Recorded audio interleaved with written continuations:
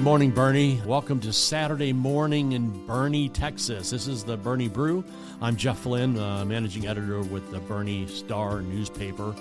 We sit down and chat with people every Saturday and talk about events, talk about things going on, talk about places you need to be or need to go, and organizations you need to support. The latter is what we're talking about today. We've got a couple people here from Meals on Wheels. We've got Olivia Burdick. She is the CEO for the center, which handles Meals on Wheels as one of their programs. We'll get into that in just a second. And Charlie Hamilton is the Director of Client Services. So you deal with getting people in, getting those applications in, getting them lined up, and getting the Meals on Wheels to their homes. So, well, welcome both of you. Thank you for coming in today. This is taped during the week. So, Boerne, we're going to talk to Olivia Burdick. She's going to tell us a little bit about Meals on Wheels.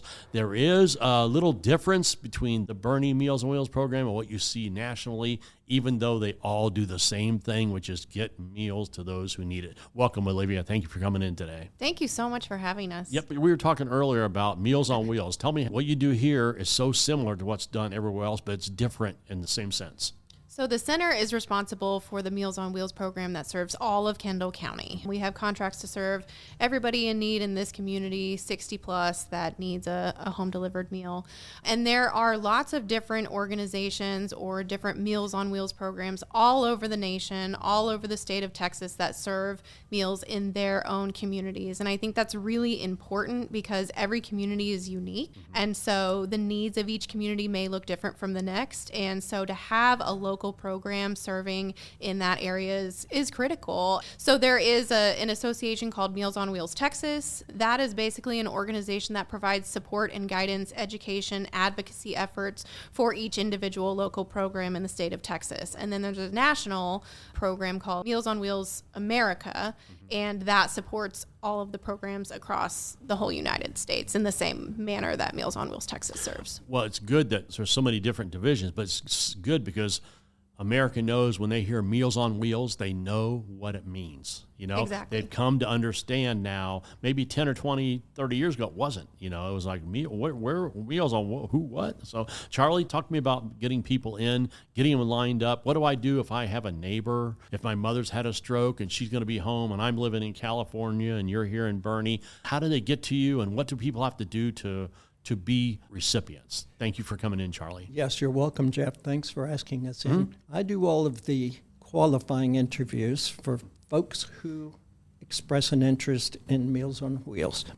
We get referrals from the medical community, from hospice companies and nursing folks. We get calls from sons, daughters, nieces, nephews. I go out and visit and qualify them with just some basic information about their health, what their needs are, what their nutritional needs are, and how we at the center might be able to help them. If there's an ABC, and I don't mean this sounds what it sounds, but this is something you're looking for. I'm 64. I am not a Meals on Wheels candidate. I'm not going to fit. Tell me who does. I'm 64. If my father or mother's out there and I want to get them in, what are some things I have to make sure?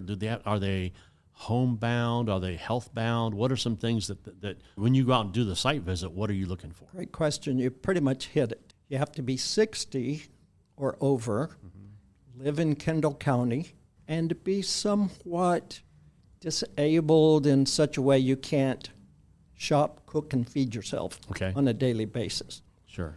We also help people through surgery events, other medical events where they're fine once they recover. So we can help you for a month or a week or whatever. But most of our clients are more long-term. Right. Do people apply once and they're in? Do they have to reapply every 6 months, every year? How does that go? Once you're in, we give you a reassessment annually. Okay. So we do that on the phone, and we just review your history, medical history, nutritional history, what has changed. Right. Because people's health, pardon the expression, sometimes goes downhill.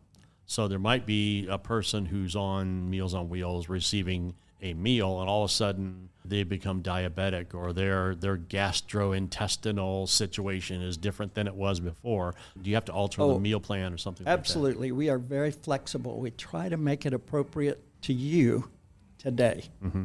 Right before we walked in here, I got a call from a lady who says, oh my gosh, I'm feeling so much better. I think you can take me off meals next week.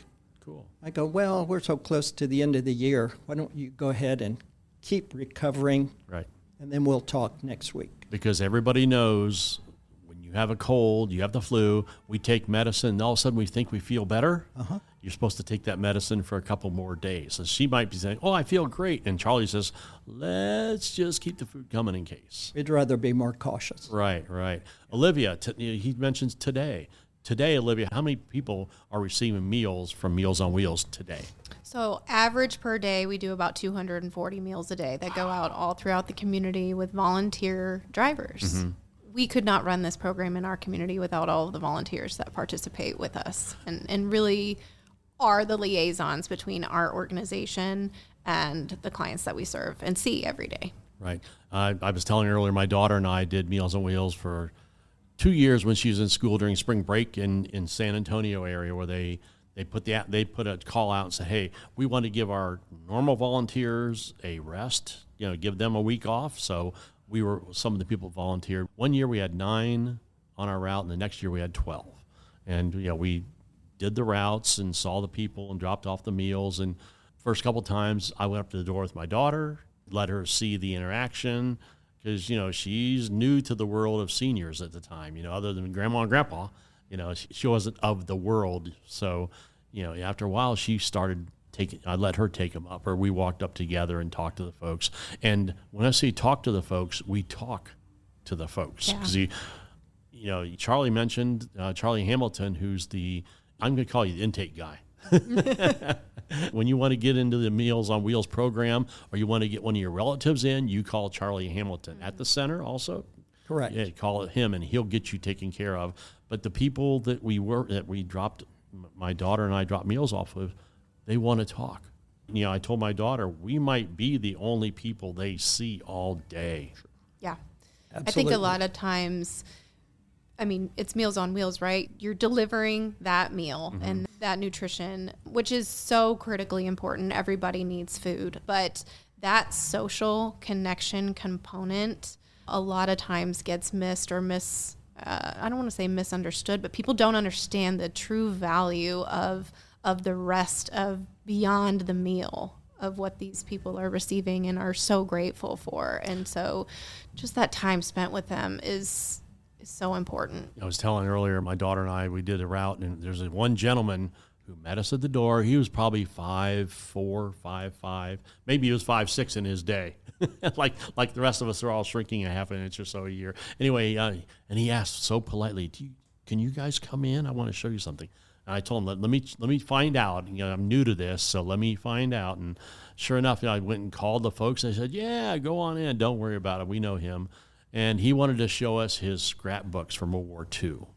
Mm-hmm. When he was over in France. And I was astounded that I'm not used to talking to World War II veterans. I am as a reporter, but not with my daughter and the family. She said, Dad, all those clips were so old. She didn't mean old like wrinkled and turning yellow, but old like, decades before she was even a glint in my eye. So, and he loved telling us that. You could tell because he would turn the page and he kept saying, so far, so clear. He was asking us if we had any questions about what he's presenting. And, just that interaction. And I was telling Olivia, we redid our route because he was like 7th or 8th on the route of 12.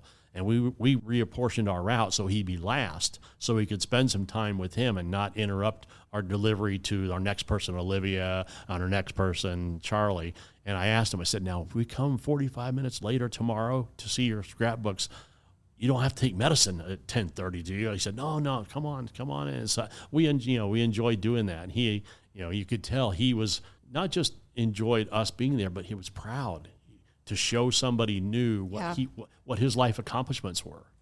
Yeah, and I think spending that time with them is so important. You got to see the pride that he has in history in his life and things that he's accomplished and been a part of. But when our drivers spend time with our clients in that way, they learn about them, they learn their habits, they learn, that maybe their heat went out during the winter and they don't have extra funds to support that during this season. And so we can jump in and help them with other needs that they may have too, which is critical. Right. I remember them telling us, if you go knock on a door and they're not there, see if you can swing back by, because they may be sleeping, they may be in the restroom, they might be in a part of the house that they're not mobile enough to come to the door. And we did. We went back to one, and sure enough, he was hard of hearing. He couldn't hear us knocking on the door. So I went up and I beat on that door the second time. And he came out, I hear you this time. He laughed. So there is that connection. I told my daughter, I said, I don't know what I would do if I knocked and nobody was answering. Yeah. And you go back and find out something has happened. The gentleman with the World War II scrapbooks, he told us, do you want to come in? Helena or Doris, or whoever his regular person is, she always comes in. Yeah. So that developed that connection. So tell me what happened in 2020 during COVID. How did that affect Meals on Wheels? What happened?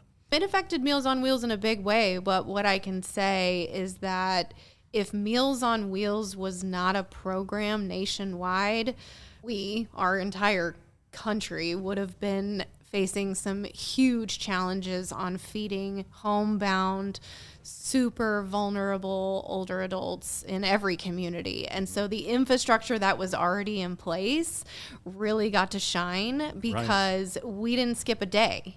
We delivered meals as usual for every single day during COVID. I mean, through freezing temperatures, through snowstorms, through whatever. And that's the way it's always been. We do not ever miss a day of delivering. And so, what we experienced during COVID in this community was so many people wanting to help and volunteer, which was unique to this community. I mean, I serve on the board of Meals on Wheels Texas, and from what I hear in so many other communities, that was not the case, and they were losing volunteers and having to pay drivers and really scrambling to get meals to homes. But what we also experienced was a huge increase in the number of people that were then eligible to receive meals, needing meals, wanting to stay home. And so we had a huge surge in intakes. And so I was actually looking at the numbers before I came here from right before COVID in 2019 to now, even with, that super big surge and coming back down a little bit, leveling out after COVID, we're still up about 24% since 2019 in number of clients served. This is Olivia. The young lady voice you've heard now is Olivia Burdick. She's the CEO for the center here in town, the Konkoski. Yes. I'm sure there's people, it's just like Twitter and X, it'll always be people, there's now X, but people always call it Twitter, But it was Konkoski. Now the center, one of their organization's programs is Meals on Wheels. Everybody's heard of it before, everybody knows what it is, but every Meals on Wheels, it operates independently, either it's a structure. Tell me about volunteering, tell me about routes. When did your meals go out? Where do the meals come from? What time do meals start getting underway? How does that work? The way our program operates is we have our own kitchen and we make our own meals fresh every day. We have kitchen staff that comes in super early in the morning and they cook and prepare all of the meals that are all of our menu items, and meals are approved by a dietitian. We're very proud to be able to make our own meals here fresh every single day and tailored towards an older adult's diet. So we start delivering about 10:30. All of our drivers show up, and I think we have, Charlie will know better, but I think we have about 14 routes that we deliver to every day, Monday through Friday. That's right. This is Charlie Hamilton. Charlie Hamilton, he's my intake guy. He's the director of client services. If you want to have somebody considered to be a recipient of a Meals on Wheels, sometimes when my daughter and I did it for those two years during spring break, we left lunches and we left another meal for breakfast or for supper. Is this a one meal a day thing? Do you do 3 meals a day? What does a driver drop off when I go to the home of Olivia Burdick's father, Charlie Burdick, and he's recovering from a stroke, or he's a shut in and he's very limited mobily, we're bringing him lunch. What do they receive on a daily basis? So the way that Charlie assesses clients is based on a score sheet, and it really surrounds activities of daily living. So how well they can care for themselves primarily. So based on that score, when we do that assessment, we'll determine if they need one meal a day, or at the most they could receive up to 2 meals a day. Okay. We're delivering hot meals to their door Monday through Friday, and then even some on the weekends based on needs. So we'll deliver meals for Saturday and Sunday, up to 2 meals a day for those days as well. I mean, we know that if you need a meal Monday through Friday, most likely you're going to need a meal Saturday and Sunday too. So they're going to get a full hot meal with a dessert and a drink. And, you know, a lot of times too, we have so many wonderful organizations surrounding us and supporting this effort. So they're going to get, you know, maybe a fresh flower delivery. We get flowers donated by HEB, and we rearrange those through volunteers at the center, and we deliver those out. We can deliver pet food. We can deliver, especially at this time of year, so many wonderful holiday gifts or blankets, just so many different things that the community surrounds those individuals in the holiday spirit. Is there an income component? No. Meals on Wheels under the Older Americans Act at the federal level is not income-based at all. Right. And you mentioned 60-year-old and up. You know, those of us who have recently, 4 years ago is recent, I guess, for me. Recently turned 60. You know, when you start getting that AARP letter in the mail when you're 57 or 58, you kind of go, come on, don't push it. You know, I don't want to be forced into being elderly yet. So you get to that point, but that's something to consider when you have neighbors and relatives and friends who aren't showing up at the book reading club or aren't showing up at bingo all of a sudden. Where'd he go? Where's she at? That's something to consider, is, you know, how often do we ring the phones of those who we need to talk to make sure they're okay? And that's one thing Meals on Wheels can do. Tell me about, you mentioned it's the whole phrase, see something, say something. And that's probably, your drivers are probably aware of that as well. Your volunteers, right? You keep them abreast of, hey, here's what to look for, and tell us if this is going on. Absolutely. You know, we have so many stories and instances where, because our drivers are so concerned and care so much about the individuals that they see on a weekly basis, they're telling Charlie every single day when they come back what they saw, what they heard, what needs to be addressed. Make this phone call. Hey, I noticed that they seem not to be feeling like they normally feel. And so we're getting all of that feedback.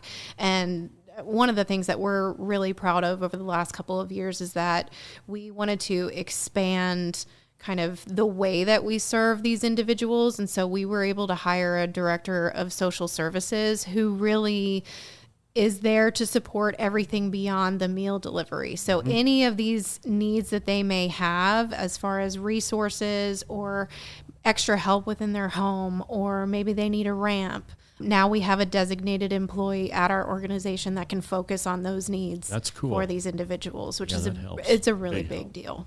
You mentioned ramps or just assistance getting in and out of a car, in and out of the house. Those of us who have elderly parents, we understand that. We'll probably be there one day ourselves. Yeah. Olivia, how long have you been at the center? And tell us how long Meals on Wheels has been a center program. So the organization started in 1983, and we've been doing Meals on Wheels since day one of the organization, really good. Being, here in this community. How many people did Meals on Wheels start with? 20? I don't even know, to be honest with you. I'm sure it was a small group. I mean, it started as an organization supporting nutrition for seniors in Boerne. And so we have grown obviously tremendously in that amount of time. But I have been with the organization for 12 years now. My daughter and I, when we volunteered, they put out this call that they wanted to give their normal people a break, and they were going to give them spring break off. So they're looking for volunteers, using the idea that students are on spring break. So rather than send my daughter to Bahamas or somewhere for a week, we did Meals on Wheels. Of course, I wasn't going to send her to Bahamas anyway, but that's that's beside the point.